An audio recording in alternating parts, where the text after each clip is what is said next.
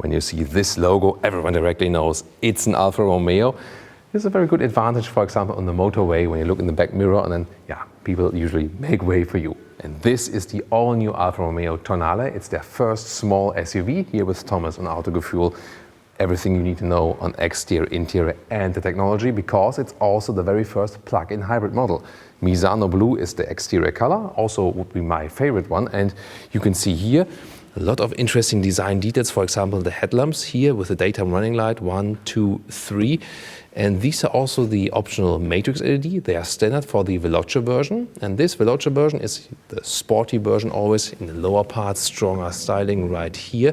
And also that front grille frame has the matte black appearance. Usually it would be rather bright. So in this case then you have the sportiest look. What's also cool is that when you activate the turning indicators, they basically run cascading through from left to right. Oh, we found an Easter egg. This Quadrifoglio small leaf. But will there be a Quadrifoglio version at some point? Who knows? Oh, and have you seen this nice detail here, the Italy flag in the side mirrors? And yeah, indeed, it is being built in Italy also, in Pomigliano, that's near Naples. The length at 4.53 meters or 178 inches, so that's a compact dimension. But styling-wise, I mean, both from the front, also from the side, really stunning.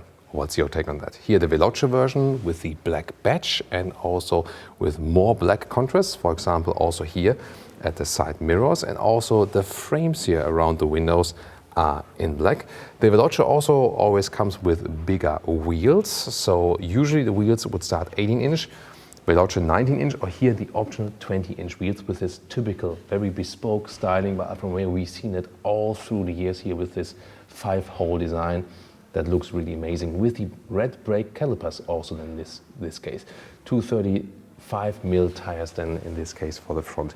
The Veloca also comes with an adaptive suspension, and then you can pick the driving modes and it adapts and it's a little stiffer or a little bit softer. However, even the base suspension has hydraulic cushions, so it's also somewhat adapting to the road surface, even then for the base models. That's of course a pretty cool thing to have.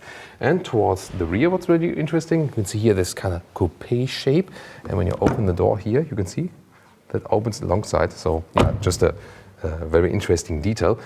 On the right side you will have the petrol, at least for the left-hand drive cars. On the other side then the plug-in hybrid when it's a plug-in model. Here very strong hips as well, and a very, very round rear. So if you come around, you see the lights are already beginning right here. And once again you have almost a similar structure as in the front with this, 1, 2, 3 bows, but then the light goes all around the rear right here. So people have been buying Alfa Romeos for decades for the design, and once again they really nailed it design-wise. Other than that, overall also in the rear, pretty clean, contrasting black lower area. And this then, is this a case for the Autogefuel fake exhaust police? What do you think? And the rear turning indicator, well, that's not as spectacular as in the front. This is the car key, also with a nice styling. Then there will be keyless entry here when you press this button, and door closing sound. Actually quite solid. However, here from the inside of the doors then, let's take a look at that. This one it's not entirely hardback, but let's say somewhat hardback, just, a little bit soft just, but it should be softer, I think. Here, however, for your elbow, that's better than. Build quality-wise, here from these buttons, let's say it's okay. It's not the most premium haptic feeling as for this. However, the inside handle is actually quite cool. However, more highlights to come, because this is also the Veloca version, also on the inside. That means we have even more features, for example, Alcantara or microfiber here, already at the dashboard with red contrast stitches right there. And then, also from Alfa Romeo or Maserati here, the huge shifting pedals behind the steering wheel. Also very sporty style for the steering wheel. Real button steering wheel. This is the start-stop button. And the design here also, with this lower area is actually quite decent. And also sport seats fitting to the Veloca version. Usually you would get also fabric seats or fabric leatherette mix. And here this is then the microfiber leatherette mix. Look at that, also with a red background then, and kind of perforate for even more breathable functionality. And the outside then leatherette. And As my info goes, this interior then does not have animal skin, also not on the steering wheel. That's my info so far. So also a good direction Alfa Romeo is taking here, making some animal leather alternatives. And it really looks stunning. And also here there's a sportier form also in the upper part. But how comfortable is it actually? You know, we know Alfa Romeo with the Stelvio, with the bigger SUV. This one then the smaller brother. So let's see. Let's put the seat in the lowest area, lowest position. 1 meter 86 or 6'1", and the headroom actually is, yeah, still quite okay. So it also works for tall adults, makes a good and comfortable position so far. At the same time, you have a little bit more support than here in the shoulder area. Steering wheel up and down, in and out. So far I wouldn't say a very good first impression. Interior overview, what do you see? Well, first of all, this backlit here is, you know, this area. We can also change it here from the ambient color. Look at that, more green, this is more white. With this yellow and the red. And the microfiber dash here for the Veloca version. Again, the huge shifting pedals and buttons on the steering wheel for volume control, for example, left side for cruise control. Quality-wise, however, they do not make the best impression, so they could have paid a little bit more detail attention to that. However, what is more likable is here, for example, this vent area. This feels good, and yes, not all of hashtag capacitive PS, as we know from a lot of manufacturers. Meanwhile, here still climate control to really be able to control that with hard buttons. Lower to that is 12-volt power supply, also with this illumination. USB-A and USB-C charger, you have both, and also inductive charging pad.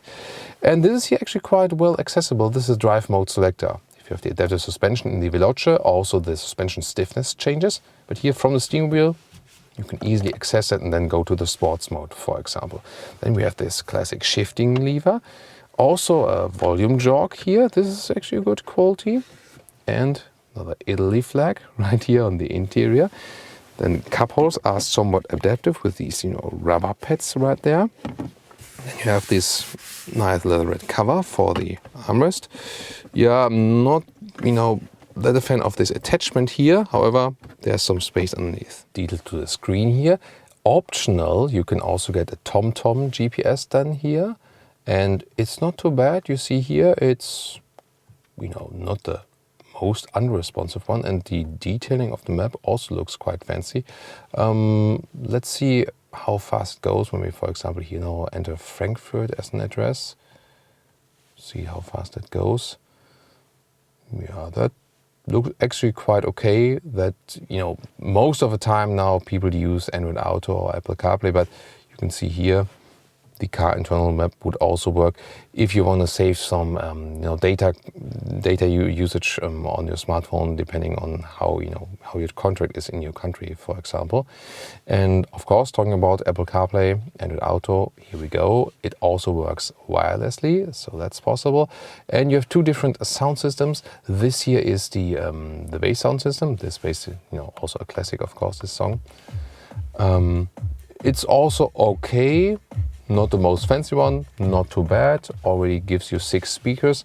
However, you can also get a 14-speaker Harman Kardon system. Ooh, what a view. But this is actually in the digital instrument. At the moment, we cannot change here so much because it's one of the very first vehicles. But yeah, so this welcoming screen already looks quite impressive. Of course, usually you would see then this speed here and so on. Let's come closer to the rear. First of all, we also have the nice microfiber styling for the rear seats with the red background. Really haven't seen that idea yet, so yeah, it's a pretty fancy, cool idea, definitely. And it's very comfortable here in the rear as well. Remember, it's not the longest vehicle, but headroom wise, it's also okay with 1.86, 6'1", and also legroom wise works. This is the seat as I would be driving. And also nice that we have microfiber background also at the back part of the seats. Then we have USB-A and USB-C charger here in the lower area for the rear passengers, and somewhat of a middle tunnel there. But indeed, you can drive this vehicle with 5 tall adults that's actually no problem. And the seating comfort is also decent for the rear. Next to here, some cup holders. They are somewhat adaptive as well. And then you'll also be able to have a ski hatch here. Yeah, you know that Tonale comes from this Alpine Pass. Now let's take a look at the trunk right here. Electric hatch, and the normal length is about 80 centimeters or 31 inches. And then, yeah, with the width here, you only get about 90 centimeters or 35 inches. And that's the toll of the great design on the exterior indeed. Height here, you can see the backpack does fit in like this, normal vertical way. And I already folded one of the parts here, 2/3, 1/3 split, or also the ski hatch is possible. And to the front seats here, we come to about 1,60 m or 62 inches. What do you have under the hood? All 4 cylinders, 1.6 liter diesel, or this one here, 1.5 liter mild hybrid engine with 130 or 160 horsepower in this spec here. Or then you also get a new 1.3 liter plug-in hybrid, also a 4-cylinder. This one, then the most powerful one, 275 horsepower and 6.2 seconds in the acceleration figure.